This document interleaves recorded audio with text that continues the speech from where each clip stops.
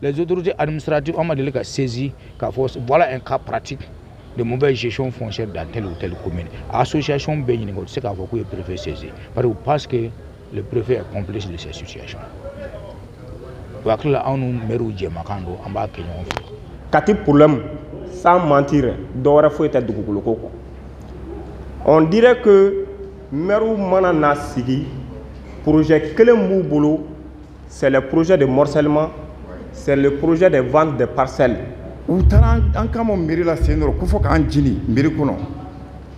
Mais préfet ni la site en bani zale, où est une société civile, où est Boulboul Moukandala, quoi en black à Bokasola, à la levade, mais Halissa, au Tekaban. Le Mali aujourd'hui, on a besoin de la cohésion sociale. Monsieur le préfet, il est la Djemingepi, Barka Bala, à Djaranye, à Benamo. Machama Mankono a fo Yoro Kuntamulo, a fo Chua Kuntamulo. Bibina, Amseka, Ankonota Fie. Odoye mouye folo ye ambita ban wele lajɛ minnu na lajɛ minnu filɛ n'u bɛ k'an wele la an bɛ taa dɔw asise an diyaɲɛ ko tɛ ko ye an b'a fɛ ka taa dɔw bɛ taa min fɔ an kan n'u ye min fɔ an kan n'an bɛ se ka u jaabi ni min ye a kɛnɛ kan ye an b'u jaabi n'o a kɛnɛ kan. Diyaɲɛ ko t'an bila ka taa u ka wele dɔw jaabi hali o don y'an wele kɛnɛ dɔ kan ye a taali kumandan ye ne yɛrɛ y'a fɔ chef de quartier n k'an ka taa an ka t'u lamɛn u bɛna min fɔ n'an bɛ se ka min jaabi an b'u jaabi an y'a dɔw jaabi o yɛrɛ ma bɛn u ma donc o ye kelen ye filanan k'a ɲini an autorités fɛ. Ni nous sugu lajɛ ni fɛn minnu bɛ kɛ a kana autorisation d'u ma n'an ma u ka thème dɔn a kana sali d'u ma n'an m'u ka thème dɔn n'a y'o sera k'o kɛ o bɛ diya anw dugutigi ye ni lajɛ in a diyara anw ye yɔrɔ ko caman bɛ dugu kɔnɔ anw de b'a kalama aw tɛ aw bɔ o kalama gɛlɛya caman b'anw yɛrɛ kan. Anw yɛrɛ tɔgɔ cɛnnen don ko an tɛ se ka tiɲɛ fɔ an ka autorité ye k'an tɛ se ka gɛlɛma f'u ye ko parce que an bɛ surɔfɛn minɛ la an corrompulen don sinon k'a ɲini autorité fɛ n'a y'a ye bɛn tɛ se ka kɛ min na n'a y'a ye delili kɛra ka ko bɛɛ kɛ. A bɛ se ka taa sira min fɛ a ka t'o fɛ n'o ye fanga yɔrɔ ye parce que aw de ye fangatigi ye a man k'aw kɛɲɛ an ka finitigiw u bɛ jɔdaba la dɛ an kɔni mana s'u ma cogo o cogo u b'an ka ko ɲɛnabɔ an ye information fɛnɛ an mana fɛn fɛn d'u ma u b'o lase anw ma. An mana fɛn fɛn f'u ye fɛnɛ u b'o ko kɛcogo la musow an ye mankan sigi caman kɛ musow ka ko la an y'u deli ka cogo sugu bɛɛ kɛ mais n'olu ta kɛra jɔyɔrɔ ko kɛlɛ ye ɲɛmɔgɔya ko kɛlɛ ye a kɛlɛ ma nɔgɔn f'a ka hakili sɔrɔ ka ko to ɲɔgɔn ta la ka bɛn ka mɔgɔ kelen ta k'o k'a ka ɲɛmɔgɔ ye Kati kun tɛ ta fɔlɔ Kati muso bɛɛ kun ye du kelen mɔgɔ ye bara kelen kɔnɔkisɛ ye mun nana ni nin farafarali ye an yɛrɛ dabaliya bannen don a la ne kɔni b'u deli hali bi k'u deli u kana u k'u bolo di ɲɔgɔn ma ka yafa ɲini ɲɔgɔn fɛ fɛn caman kun dalen bɛ Kati kan o kana na taa k'an dan gɛlɛya caman bɛ quartierw kɔnɔ an tɛna se a k'an da se a bɛɛ ma an yɛrɛ b'a fɛ maire ni préfet a ka hakili to an ka quartier kɔnɔnaw la surtout an ka yɔrɔ min bɛ ko Sebenikɔrɔ a ka hakili to o fana na k'a hakili to quartier kɔnɔna la yɔrɔ dɔw morcelelen don dɔw fɛnnen don an t'a dɔn u kɛra kun min na a ka hakili to bɛɛ la a k'u pɛsɛ-pɛsɛ k'u yɔrɔ jɛ. Kati société civile b'a kalama n'i ye plainte min sɔrɔ tribunal la a ka ca plainte 15 ye Mali tribunal bɛɛ i y'a faamu ne fɔra fanga kɔrɔ mun u ye hɛrɛ gɛlɛya sugu bɛɛ se ne ma wolusɛbɛnw bɛ dilan complicité la furusɛbɛnw bɛ dilan complicité la a information bɛɛ bɛ n bolo même ne bɔra Japon tout récemment on nana sɔrɔ écrit kɛra ka fɔ ministère la ka na gouverneur la ka na préfet bara tila mun ye nin kɛbaga ye hali impôt u t'a sara ne filɛ Jobi san 12 mɛ mairie kɔnɔ hali impôt u t'a sara donc n'a fɔra ko an ka t'o bolo ten anw ye furu kɛ an sigidaw de la an denw commencera ka kɔrɔya n'a fɔra ko ɲɛmɔgɔ k'i ka sabali i bɛ sabali mɛ ni hakɛ bɛ ko la dɛ dugutigiya filɛ ɲɛmɔgɔ filɛ ala ka da ne don n'a bɛ wagati min na a bɛ jɛ a k'a kɛ ɲɔgɔn bolo ni fanga banna seconde kelen tɛ fara kan ala bolo vraiment ne kɔni tɔɔrɔlen de cogo min ala b'a dɔn hali bi ne ka dossier dɔ bɛ tribunal la kalabanciya dɔrɔn ko ne hectare 470 ne feere n ka dugu kɔnɔ Maɲanbugu mun y'a fɔbaga ye u tɛ ne ni cikɛ cɛ u tɛ ni dugukolotigiya cɛ ni t'i miiri i b'a tɔ kɛ affrontement ye quoi video 2 bɛ ne kun i t'a yira mɔgɔ si la k'a tigi ni dɔnbaga tɛ ko a bɛ nisɔndiya i kɔrɔ kati autorité bɛɛ b'a kalama u taara an kama mairie la sen dɔrɔn ko fɔ k'an jini mairie kɔnɔ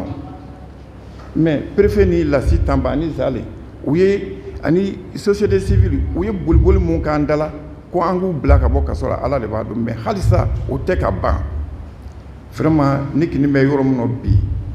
a ka di ne ye mɔgɔ minnu bɛ yen n'u ye nin video kɛ ne kan ne balolen bɛ dugu kɔnɔ yan n b'a ɲini préfet fɛ a k'u wele an k'an sigi face à face ni min bɔra o kɔnɔ an bɛ n'o ye sinon là où nous sommes maintenant u ka irini kɔnɔ ni ne ka fanga banna don min seconde kelen tɛ yɛlɛ ala kɛ ne bɛ baara mun kɛ kɔrɔlen m'o dɔn wa n ye baara min kɛ Jo commune kɔnɔ ala b'a dɔn dugu tɛ Jobi quartier tɛ yen ni château tɛ yɔrɔ mun na partenaire 20 ni kɔ de bɛ ne bolo mun bɛ ka baara kɛ Dion kɔnɔ n'a fɔra ko k'a sigi an ka impôt ma hali an ka impôt n'i y'a bɛɛ sara san kɔnɔ a tɛ se ka ne ka personnel sara siɲɛ 2 donc nin kɛnɛ sigili min kɛra diyara ne bi ala de b'a dɔn. ne sewale bɛ nin kɛnɛ kan bi ne b'a fɔ ko nin kɛnɛ ye ne de ka kɛnɛ ye ka d'a kan préfet nin wale min kɛ nin ye n'o ye mɔgɔw ka sigi ka kuma ye nin ye ne ka ministiriso ka laɲini ye ne yɛrɛ arabiya sekun ye kati ye nin ne ka mission belebeleba de ye nin ye ka sigi ka kuma mɔgɔw ni ɲɔgɔn cɛ donc ne ye baara daminɛ yan nɔ janvier en kɔrɔ ne ye jateminɛ kɛ o janvier kelen na musokuru 2 bɛ kati u bɛɛ nana papier di yan ko u bɛ kafo la donc ne dun ye promotion de la femme de l'enfant et de la famille ye promotion de la femme de l'enfant et de la famille kɔrɔ tɛ dɔwɛrɛ ye ka musow dɛmɛ ka san sɔrɔ ka ɲɛtaa sɔrɔ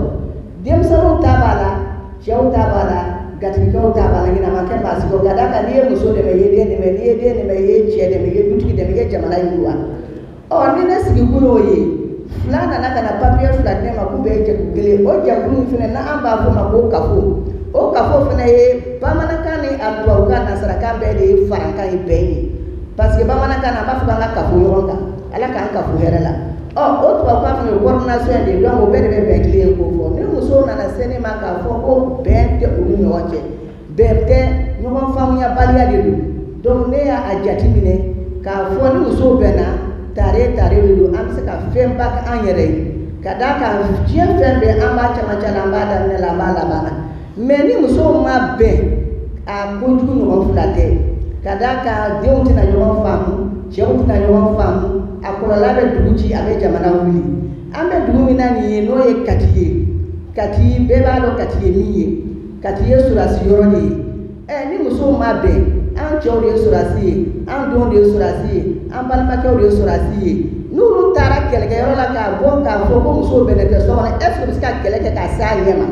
an bɛ jamana nin fɔlɔ kɔnɔ nin an bɛ wagati min na maa si bɛɛ baliya tɛ maa si arrangé ka d'a kan bɛɛ b'a fɔ paix et réconciliation paix et réconciliation à capitale Katili. Kadaka les saints coloniales ou Béoula pour paix et réconciliation en Béoula, Mali Béoula, Média Béoula. Mais ni paix et réconciliation, tu as un reflet Katili sur le match. Est-ce que paix n'a pas la avoir la en n'a pas tout là? Ni paix et réconciliation, est-ce que n'est pas ministre de choses qui est-ce que n'est pas la Katiliano? Mais préfet faut akani la djena parce que nebolo ni la djen anganga ke amena ka combien ka sabu ke fen chamani anga point follow no be benka ani ko munu baga ke kati ana adafa la minina surtout kushi do fe ni dunya kushuta keme sarada jeunes ne ba akushu be kono. Et c'est les jeunes qui sont devant le bagné fait. Mais quand ça bouge mouillé, quand ça bouge aspect charmant, aspect politique ou bala, ou aspect économique fenebal. Nous avons fait charmant, mais point si qui cause société est en relation avec mairie ni yokonche. Parce que on est dans un meruka. Sanduru kuka barake. Mais en réalité, ni meru sigira anga commune kono défiance sugu do de bina entre la population et les maires. En réalité, souvent est-ce que ou sigira en kamadewa ou est-ce que ou sigiru yere de kama. Il y a cette question chaque fois ça revient. Ka sabu ke muyi ka sabu ke commune yere gérer chogoy. Commune gérer chogo. Il faut reconnaître que en un texte ni code de collectivité mi metali ke maire ka rôle na ka responsabilité kan sans mentir dugudenw t'a dɔn wa maire yɛrɛ fɛnɛ t'a dɔn o de problème sinon problème caman bɛ yen a man ka se wulikajɔ ma ka ɲɛsin maire ma ou bien k'a fɔ an ka taa an sigi radio la ka critique kɛ k'a sɔrɔ opportunité bɛ maire bolo ka dugudenw la sigi an ka kuma mun de bɛ maire bali u ka porte dayɛlɛ ni ko ka porte dayɛlɛ même n'a bɛ kɛ chaque 3 mois ou bien chaque 6 mois u ka acteur wele an ka na sigi an ka kuma dugu problème kan a tɛ kɛ o c'est un problème u bɛ bɛɛ ta kelen kelen u bɛ ka bɛɛ gérer ni politique sira de kelen kelen wa clan ne bɛ mairie kɔnɔ u bɛ ka bɛɛ gérer clan bɛɛ bɛ ka mɔgɔ de gérer à sa manière ni mankan ma wuli foyi t'a to ko mankan bɛ se ka da o tɛ se ka kɛ o sans mentir dɔw bɛ wele ka fɛn dɔ faveur dɔ yir'u la dɔw bɛ wele ka opportunité dɔ d'olu ma dɔw bɛ wele yɛrɛ parce que karisa y'an ka mɔgɔ ye karisa votera an ye ou bien karisa ma voté an ye o bɛɛ indexelen don commune kɔnɔ maire fɛ et o clanisme bɛ yen nɔ foyi t'a to k'a fɔ ko maire bɛ se ka lafiya k'a sɔrɔ clanisme bɛ yen donc il faut reconnaître que o min filɛ nin ye ni sigi min filɛ n'o y'a sɔrɔ maire b'a kɛ dans leur propre commune u ni mɔgɔw ka kuma ça m'a sɔrɔ an ma se nin yɔrɔ in ma crise tɛ yen bon kati yɛrɛ mankan kati problème sans mentir dɔwɛrɛ foyi tɛ dugukoloko kɔ on dirait que maire mana na sigi projet kelen b'u bolo c'est le projet de morcellement c'est le projet de vente de parcelles mais an ka marchand économique min bɛ yen an ka secteur kɔnɔ insécurité min bɛ yen i bɛ taa sɔrɔ o si talen tɛ ba la o les marchands économiques a bɛ joli de ladon mɔgɔ joli b'a ka TDRL sara TDRL nafa ye mun ye an tɛ sigi a kuma kunna o donc an yɛrɛ ka responsabilité ye mun an ka droit ye mun an ka devoir ye mun ye o kuma tɛ kɛ o kuma bɛ kɛ mun kan o dugukolo feere de donc il faut que maire k'a faamu k'a fɔ u sigira c'est vrai majorité de u sigi bɛɛ m'u sigi a mana kɛ cogo cogo politique terrain kan opposition bɛ yen mais a mana kɛ cogo cogo e fɛnɛ ka esprit état d'esprit de kan ka to mɔgɔw man ka dɔn k'a fɔ tu es avec X ou bien tu es avec Y donc en tant que o bɛ yen ni coloration ko taara k'a bila dugu gestion na mankan tɛ se ka ban surtout au sein de la jeunesse bɛɛ b'a dɔn k'a fɔ ko jeunesse ka crise ye min ye o chômage de an tɛ baara la o Mali kɔnɔ n'i y'an ta kɛmɛ o kɛmɛ an minnu tilara kalan na université la n'an sigilen bɛ so n'an tɛ baara la an b'a dɔn donc ne bɛ to ka minnu wele e b'olu ka besoin ta u b'i ka affaire kɛ surtout avec les réseaux sociaux bɛɛ bɛ bɔ bɛɛ b'i da sago fɔ tiɲɛ n'o tiɲɛ tɛ mɔgɔ t'a dɔn donc il faut que an ka bɔ o de kɔnɔ il faut que anga sigi keno ka sigi anga tiɲɛ fɔ ɲɔgɔn ɲɛna anga kuma à cœur ouvert comme préfet filɛ k'a initier cogo min na normalement ɲana anga se yan maire de kun kan ka initiative ta ɲana anga se préfet bara kuma caman bɛ an b'an pan mairie kunna ka na fɔ sous préfet ɲɛna c'est vrai an b'a fo nin kɛnɛ in kan depuis a sigira depuis a nana n bɛ se k'a fɔ a nana semaine min na o semaine na a donna terrain kɔnɔ parce que a nana sɔrɔ tension dɔw bɛ yen donc an mana na s'a ma ko o ko la a b'an reçoit hali n'a kɛra sufɛla ye tuma dɔ la ne b'a wele hali 23 heures an bɛ situation dɔw gérer entre nous donc ni an m'an pan mairie kunna ka se préfecture la vraiment il bɛ taa sɔrɔ contrainte dɔw de bɛ yen sinon an man ka se préfet ma ka sɔrɔ an ma passer par le maire mairie kelen kɔnɔ a fɔra an ɲɛna k'a fɔ k'an kɛlen bɛ k'an ka dugutigilakaw traumatiser ko jeunes kɛlen bɛ ka dugutigilakaw traumatiser ko n'an bɔra fɛn o fɛn la ko an bɛ dugutigilakaw tɔn bila ɲɛ k'u sago t'u yɛrɛ la mairie kelen kɔnɔ a fɔra an ɲɛna mais anw bolo k'a fɔ mɔgɔ min ka surun an na bi o ye an ka dugutigiw de ye ni an ma baara kɛ n'u la an b'an ka baara kɛ ni mɔgɔ ye o donc an bɛ baara kɛ n'u ye n'an y'u wele u bɛ na c'est vrai coordinateur bɔra ka kuma min fɔ c'est vrai u bɛ na fɛn caman na mais o kɔrɔ tɛ fana k'u tɛ tiɲɛ fɔ an ɲɛna dɛ fɛn baden bɛ yen nɔ an b'u wele a kɛnɛ kan u bɛ na u bɛ tiɲɛ fɔ an ɲɛna u b'a fɔ ko a ye nin hakilina ta mais nin t'a kɛcogo ye ne bolo a y'a kɛ tan a y'a kɛ tan an b'o fɔ an ka dugutigilakaw ye. Le Mali aujourd'hui on a besoin ka mɔgɔw fara ɲɔgɔn de la cohésion sociale an kana mɔgɔw fara fɛn fɛn mɔgɔw fara an kana don o hakililaw fɛ an ka mɔgɔw fara ɲɔgɔn kan an ka a essayer minnu tɛ fɛ ka fara u kan olu bɛ t'u damana ni autorité tɛ se ka ɲɛ i bɛ bɔ a la de o et les textes sont clairs sanction ka nɔgɔn et anw ta ka nɔgɔn n'a bɛɛ n'i tɛ mɔgɔ sago kɛ ministre bɛ bɔ a la kɛ maire tɛ mɔgɔ sago kɛ le ministre peut te suspendre il peut te révoquer moi je crois que fɛnw ka nɔgɔn ni fɛn bɛɛ mais n'a y'a kɛ mɔgɔw b'u dogo agenda caché kɔfɛ ka na ni fɛn dɔw ye k'a yira ka mɔgɔw ɲɛna k'a fɔ ko dugukolo yuruguyurugu bɛ yen dugukolo yurugu daminɛna bi ka ci yan c'est vrai an bɛɛ ka hami don a ka jɔ mais a ma daminɛ bi ka ci o k'a kɛ komi fɛn min don diɲɛ wuli ko don ko wɛrɛ b'o kɔfɛ o et puis n'i y'a tableau yɛrɛ ta k'a lajɛ i b'a sɔrɔ hakililaw yɛrɛ tɛ kelen ye fɛnw tɛ kelen ye dɔw bɛ dugukolo ko fɛ dugukolo kelen t'u bolo mais dɔw b'a la olu fɛ u ka dugukolo protéger est-ce que par finir olu hakilila bɛ se ka kɛ kelen ye donc f'an ka sigi an ka hakili jɛ ka bɔ k'a fɔ fɛn min don fɛn wɛrɛw b'a kɔfɛ o fɛn wɛrɛw an de kan k'o éviter ka a to intérêt kɔfɛ ka to Mali ka intérêt kɔfɛ pour que jamana ka se ka basigi halisa chaque localité a ses réalités et la gestion foncière bɛɛ b'a cogoya dɔn a ɲagamina n y'a fɔ cogo min na duba dɔw bɛ yen bi olu kɛlen ka dugukolo papier di o bɛ yen dugutigi dɔw bɛ yen bi o dugu bɛ yan a caman dugukolo papier dilen d'u fɛ pourtant o kumaw tɛ fɔ o n'a hakili la n'an bɛ kɛlɛ kɛ an kan k'olu bɛɛ de kɛlɛ o comportement bɛɛ de kan ka dabila o bari o bɛɛ bɛ na ni tiɲɛni de ye o donc f'an ka hakili t'o la mais n'an taara a jateminɛ ka mɔgɔw stigmatiser k'a fɔ a bɛ gɛlɛya et je crois que ce combat là ne doit même pas se limiter à quartier environnant ce combat là yɔrɔ la ni Kalaban commune ta o dugukolo ko yuruguyurugu ka jugu ni yan ta ye siɲɛ 100 o siɲɛ 100 mais n y'a fɔ an ta fɛn wɛrɛw b'a kɔfɛ donc n'o fɛnw b'a kɔfɛ an k'o bila an ka autorité minnu b'a la an k'a f'u ye bon nin man ɲi cas par cas n'an bɛ kati la an ka kati ta k'o traiter o ka dabila ni an sera Kanbi la an bɛ kati la an b'o tableau da an ɲɛkɔrɔ an b'o o kuma fɔ an b'o dabila mais n'an y'u don ɲɔgɔn na fɛn minnu tɛ kelen ye e bɛ se k'o ɲɛnabɔ donc c'est un peu ça le problème et dans tout ça les autorités administratives on m'a délé qu'à saisir qu'à force voilà un cas pratique de mauvaise gestion foncière dans telle ou telle commune association bɛɛ ɲininka o tɛ se k'a fɔ k'u ye préfet saisir parce que le préfet est complice de ces situations o hakili la anw ni maires jɛmakan don an b'a kɛ ɲɔgɔn fɛ bon ala ni mɔgɔ jɛmakan don a bɛ fanga de kama a fɔ a ye a bɛ mun na a ka dabila kɛ s'a ma i k'a fɔ a ye a ka dabila ala n ko ni mɔgɔ ye kojugu kɛ mɔgɔw tɛ taa kaso la n ko bɛ recours demander u b'a demander jɔn fɛ soit jamana ɲɛmɔgɔ ou bien u b'a demander juge minnu yɛrɛ y'u condamné o a dɔw tɛ accordé ya malgré que i ye kojugu kɛ o tiɲɛ tɛ ya mais moi je crois que an kan k'olu fara an bolo daga mais n'a kɛra an t'u lamɛn an tɛ gɛrɛ u la mɔgɔ t'u la o ye juguya de ye o ne b'o filɛ juguya de ye sinon o tɛ dilanli ye o juguya ye parce que fɛn wɛrɛ b'an hakili la an bɛ fɛ k'o boloda sinon tagaɲɛ sira tɛ o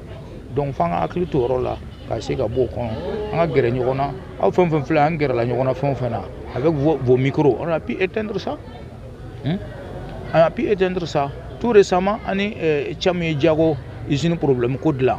sisan nɔgɔya ma k'a la an farala ɲɔgɔn kan olu yɛrɛ siranna tellement siranna n'u ti ɲini ka si ka ti yan parce que an farala ɲɔgɔn kan parce qu'on a vu ni injustice maintenant an ka usine bɛ problème ta k'a traiter est-ce que problème ye kelen problème ti kelen est-ce que bɛ résultat kɛ i tɛ se ka résultat kɛ o c'est ça un peu le problème donc fo an ka hakili to o yɔrɔ la an ka bila an kunna fɛn o fɛn bɛ yen an ka o essayer k'o traiter n'an bɔr'o kɔnɔ an ye satisfaction sɔrɔ an bɛ taa kura wɛrɛ la.